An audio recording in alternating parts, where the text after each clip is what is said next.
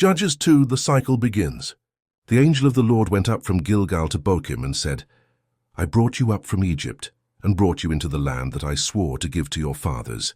I said, I will never break my covenant with you, and you shall make no covenant with the inhabitants of this land.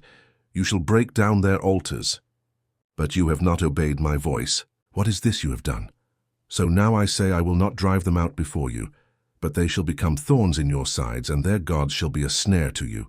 When the angel of the Lord spoke these words to all the people of Israel, the people lifted up their voices and wept. And they called the name of that place Bochim, and they sacrificed there to the Lord. When Joshua dismissed the people of Israel went each to his inheritance to take possession of the land.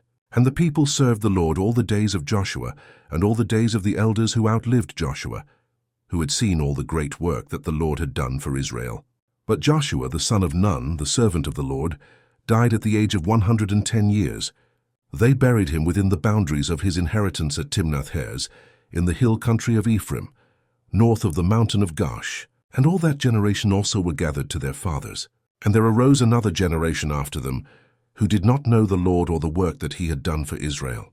Then the people of Israel did what was evil in the sight of the Lord, and served the Baals. They abandoned the Lord, the God of their fathers, who had brought them out of the land of Egypt. They went after other gods, from among the gods of the peoples who were around them, and bowed down to them. And they provoked the Lord to anger. They abandoned the Lord and served the Baals and the Ashtaroth. So the anger of the Lord was kindled against Israel, and he gave them over to plunderers who plundered them. He sold them into the hand of their surrounding enemies, so that they could no longer withstand their enemies. Whenever they marched out, the hand of the Lord was against them for harm, as the Lord had warned them and sworn to them. And they were in terrible distress.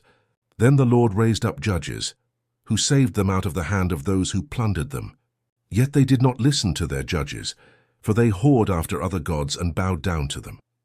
They soon turned aside from the way in which their fathers had walked, who had obeyed the commandments of the Lord. And whenever the Lord raised up judges for them, the Lord was with the judge, and he saved them from the hand of their enemies all the days of the judge. For the Lord was moved to pity by their groaning, because of those who afflicted and oppressed them.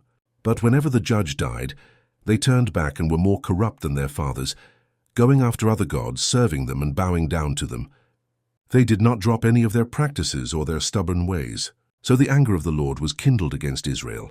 And he said, Because this people have transgressed my covenant that I commanded their fathers, and have not obeyed my voice, I will no longer drive out before them any of the nations that Joshua left when he died, in order to test Israel by them, whether they will take care to walk in the way of the Lord as their fathers did. So the Lord left those nations, not driving them out quickly, and he did not give them into the hand of Joshua. This chapter explains the repeating pattern of judges: sin, oppression, crying out, deliverance, and relapse. It shows both the seriousness of turning away from God and the mercy of a God who continues to rescue his people. Next comes Judges 3, where we meet the first judges and see the cycle begin in real life.